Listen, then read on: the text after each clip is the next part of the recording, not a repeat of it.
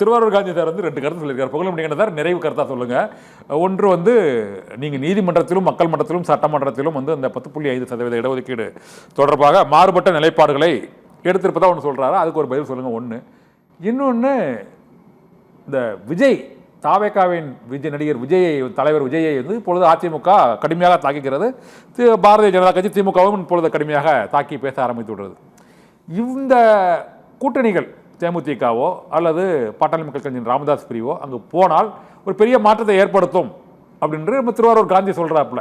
நீங்க என்ன ஃபீல் பண்ணுறீங்க சார்? அது விஜய் என்ஜின் பயங்கரமா ஓடுமா? இல்ல, அதாவதுங்க ஒரு 50 ஆண்டு காலம் ஒரு அரசியல்வாதியா இருக்கிற மருத்துவர் ஐயா அவர்கள் ஒரு சினிமா நடிகரை நாடி, அதாவது ஏதோ தன் மகனை வீழ்த்த போகிறார் என்று வைத்துக் கொள்வோம். அவருடைய அந்த எத்தனை நாள் வைத்திருந்த அந்த பெரும் புகழ் பெருமை அனைத்தும் சீர்ந்து போகும். நான் வந்து இது அரசியலுக்காக பேசல, பொதுவா சொல்றேன். ஏன்னா அவர் கூத்தாடியும் பாரு, சினிமா நடிகர்ல வேண்டாம் பாரு, சினிமா நடிகர்களை வெறுக்கக்கூடியவர். அப்போ அவர் புரட்சித் தலைவர் அம்மாவோட நிறைய கூட்டணி வச்சிருக்காங்களே. அம்மா பெரிய நடிகர் தான். இல்ல, அது வந்து அவங்க நடிகர் இல்ல சொன்னாலுமே அவர் வந்து பெரிய நடிகரா இல்லையா? மிகப்பெரிய இந்த தமிழ்நாடு அவங்க வந்து 20 வருஷம் அரசியல் இருந்து வந்தாங்க. நீங்க நிறைய நேரம் இல்ல. ரெண்டாவது வந்து பாமக குறித்து இன்னைக்கு நான் வெறுமனே பேசிக்கிறேன். தேர்தலுக்கு பிறகு பாருங்க, அதாவது மருத்துவரையாவை சிறுமைப்படுத்த கூடாது. அதாவது மருத்துவர் அன்புமணி தலைமையில் நிச்சயமாக பாமக மிகப்பெரிய வெற்றியை பெறும். விஜய் பொறுத்தவரை ஒரு சினிமா நடிகராகவே இன்றைக்கு தோற்றமைக்கிறார்.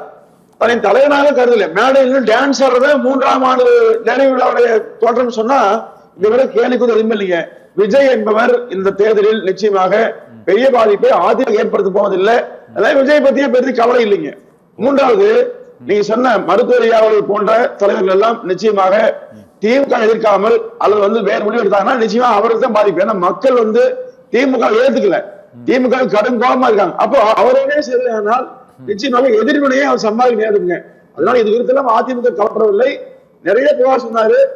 திமுக தன் அதிகாரத்தை பயன்படுத்தி, ஆட்சியை பயன்படுத்தி 10.5 மற்ற விஷயத்துக்கோ எதுவுமே செய்யாமல் மௌனம் காத்தது தப்பு இல்லையாமா? ஆனா கொடுத்தவர் தப்புங்கிறார், கடந்து போனே ஏற்பாடு. ஆனா நீதிமன்ற வழக்கு கடந்துதான் போகணும். நீதிமன்றத்திலே வழக்கு போட்டு நட வேண்டியது அரசு கடமை. ஒரு டெஃபமேஷன் கேஸ் போட்டிருக்கலாமே, அதை ஏன் 4.5 வருஷம் போடல அப்படிங்கிறார். அது மட்டும் நேரடியா சொல்லிருங்க. அதுக்கு இல்ல, அது தேவையில்லைங்க. ஒரு கலெக்டர்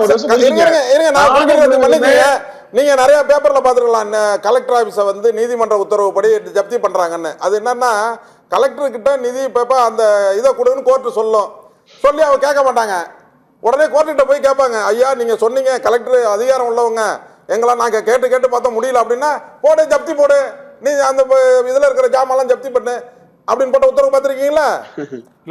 அந்த மாதிரி நீங்க அவங்க செய்யலங்க. அவங்க செய்யலங்க. நீங்க உங்களுக்கு ஏங்க அக்கறல? சரி போடுங்க. சாதியை வந்து வெளிப்படையா அவங்க தான் செய்யலன்னு சொல்றீங்களாங்க. நீங்க என்ன செஞ்சீங்க?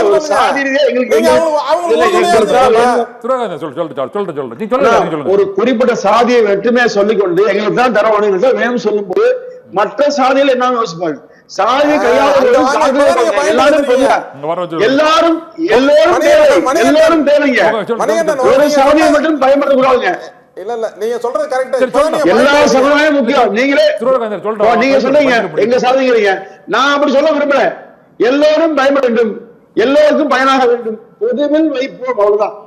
ஓகே சார், புகழமணி மிக்க நன்றி. இந்த புகழமணி திருவாரூர் காந்தி சார், ரொம்ப மிக்க நன்றி.